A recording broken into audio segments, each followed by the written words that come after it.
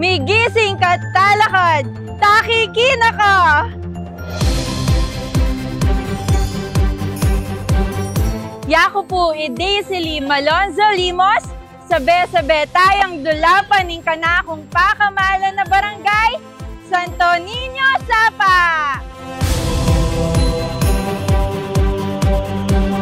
May deklarayang opisyal na barangay inyang banong metong alibo. Siya maralan at 70 metong. May kilalaya bilang Sapa, uli na ning bala mula waya iti.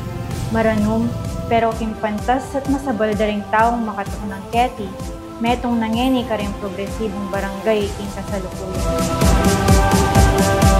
Mumunane kening simbahan ng Santo Niño, anong no ka rin iya yung pekamumunang terracotta retablo king buong Central Luzon. Mayayalto keti nung makananong pagal, utak at geling aning ginano. May mayagpag at mayapag bang mabuuya ing makapagmulalang santing naning altar.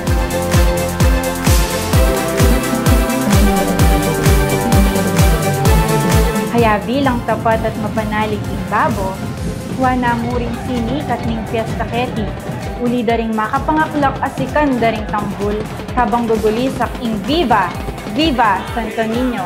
At teterakya ing patron keti.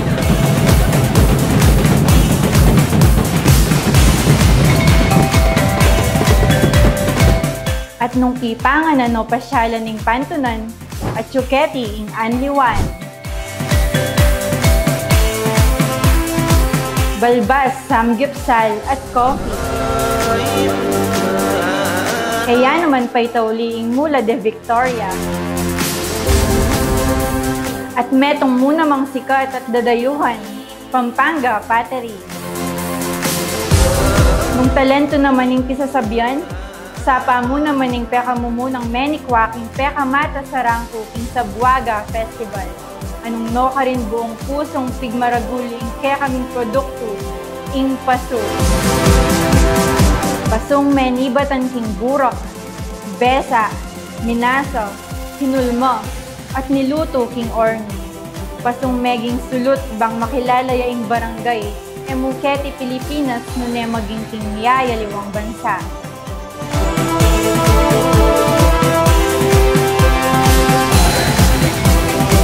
Pasibayo, yaku po Daisy Malonzo Limos, manalakaran king barangay Amanayon, ating katalaruan at katimawan, Barangay Santo Niño, Sapa!